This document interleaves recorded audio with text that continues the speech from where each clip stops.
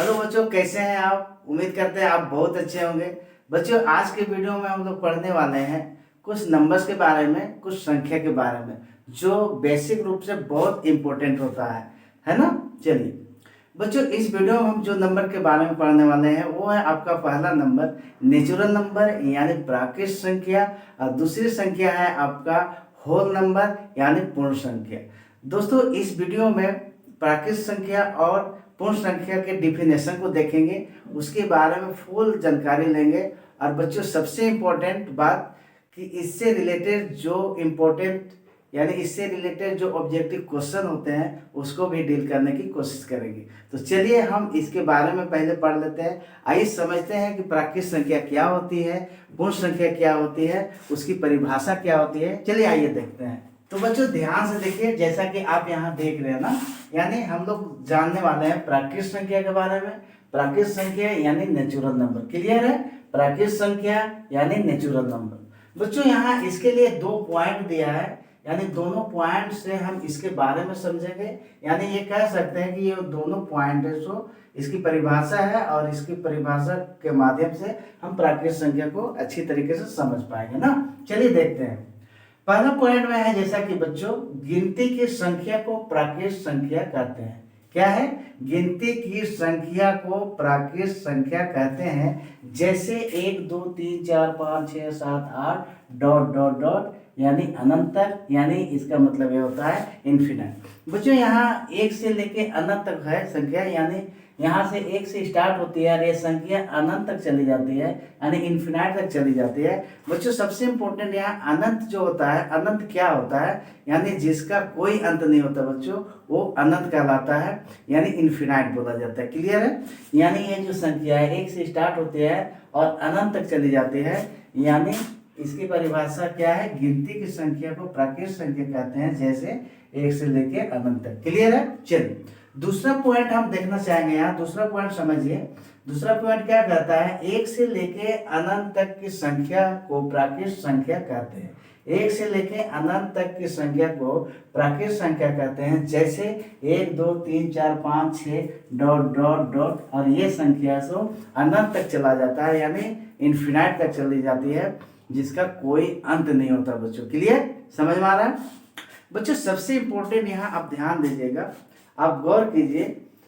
इसकी जो पहला परिभाषा है, यानी पहली परिभाषा में ध्यान दीजिएगा कि प्राकृतिक संख्या को गिनती की संख्या कहा गया है। और ये बहुत इंपॉर्टेंट है, गिनती की संख्या यानी प्राकृतिक संख्या को गिनती की संख्या क्यों बोला जाता है बच्चों, ये जानना बहुत जरूरी है। ये एक कंफ्यूजन होता है कुछ बच्चों के लिए ना। तो चलिए इसको हम लोग समझने की कोशिश करेंगे। आखिर प्राकृतिक संख्या को गिनती की संख्या क्यों कहा जाता है। क्लियर? यहाँ तो समझ में आता है कि 1 से लेके अनंत तक जो संख्या होती है, सिंपली हम यह कह सकते हैं कि 1 से लेके अनंत तक जो संख्याएं होती है वो प्राकृतिक संख्या यानी नेचुरल नंबर बोल सकते हैं ना। लेकिन यहाँ डेफिनेशन में जो गिनती की संख्या बोला गया है उसको समझना बहुत जरूरी है। चलिए हम लोग समझते हैं उसको कोई एग्जाम्पल के माध्यम से। सपोज करो बच्चों, आपके घर में रहने वाले फैमिली है और उसको अगर गिनने के लिए कहा जाएगा तो आप क्या करेंगे ना। ठीक उसी तरह आपके क्लास में बहुत सारे विद्यार्थी बैठे हुए हैं और उसको गिनने के लिए कहा जाएगा तो आप क्या करेंगे। चलिए उसी तरह आपके गांव में बहुत सारे लोग रहते हैं और उस लोगों की संख्या की गिनती करने के लिए कहा जाएगा तो आप क्या करेंगे। जाहिर सी बात है बच्चों, आप उसे गिनने की कोशिश करेंगे ना। यानी बच्चों ध्यान से समझिए, जब किसी वस्तु या किसी व्यक्ति या किसी भी चीज को हम गिनते हैं तो आप ध्यान दीजिएगा, हम वहाँ 1 से स्टार्ट करते हैं, ना कि 0 से। क्लियर है?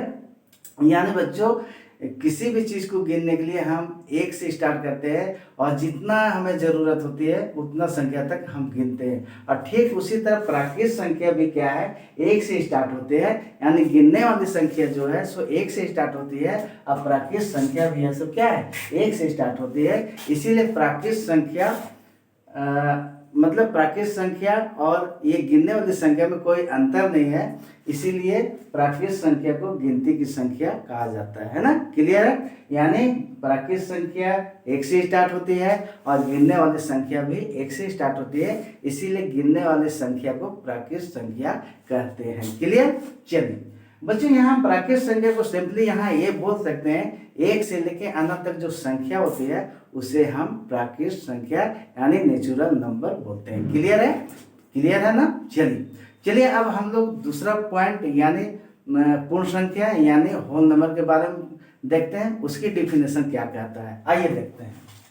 तो बच्चों ये है आपका पूर्ण संख्या यानी होल नंबर। चलिए इसके बारे में देखते हैं क्या इसकी डिफिनेशन है, इसकी डिफिनेशन से क्या पता चलता है, आइए देखते हैं।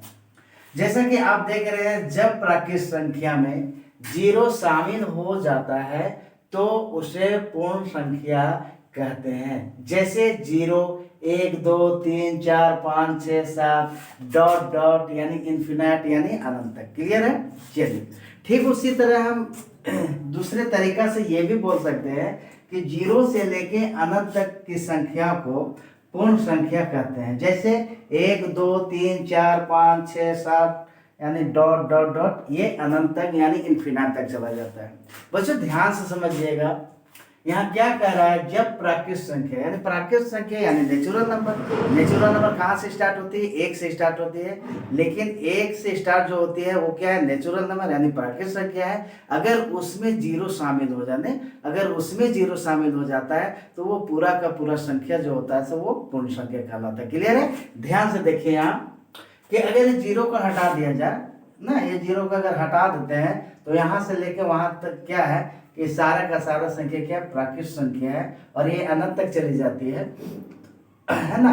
तो इसमें क्या है? 0 शामिल हो जाता है ना, यानी 0 को जब शामिल कर दिया जाता है तो ये पूरा का पूरा संख्या है सो क्या कहलाता है? पूर्ण संख्या कहलाता है, यानी होल नंबर बोलते हैं। क्लियर है? यानी ये परिभाषा आपको समझ में आ गया होगा। जब प्राकृत संख्या में 0 शामिल हो जाता है तो उसे पूर्ण संख्या कहते हैं, यानी होल नंबर बोलते हैं। क्लियर? यानी ये पूरा का पूरा जो संख्या होता है बच्चों जो अनंत तक चला जाता है, इसमें भी अनंत तक चला जाता है यानी इन्फिनाइट तक, जिसका कोई अंत नहीं होता। क्लियर है? यानी ये डिफिनेशन आपको समझ में आ गया कि जब प्राकृत संख्या में 0 शामिल हो जाता है तो वो पूरा का पूरा संख्या है सो पूर्ण संख्या यानी होल नंबर कहा जाता है। क्लियर? चलिए ठीक उसी तरह दूसरे तरीका से ये भी हम बोल सकते हैं, 0 से लेके अनंत तक की संख्या को पूर्ण संख्या कहते हैं। क्लियर? यानी ध्यान दीजिए, 0 से लेके अनंत तक यानी इन्फिनाइट तक जो संख्या होती है उसे हम पूर्ण संख्या कहते हैं। क्लियर है?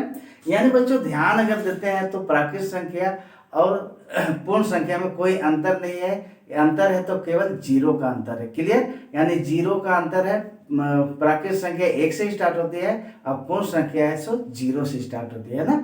चलिए बच्चों अब हम इससे रिलेटेड जो ऑब्जेक्टिव क्वेश्चन होता है उसको डील करने की कोशिश करेंगे और थोड़ा सा कंपेयर भी करेंगे प्राकृत संख्या और पूर्ण संख्या को ना।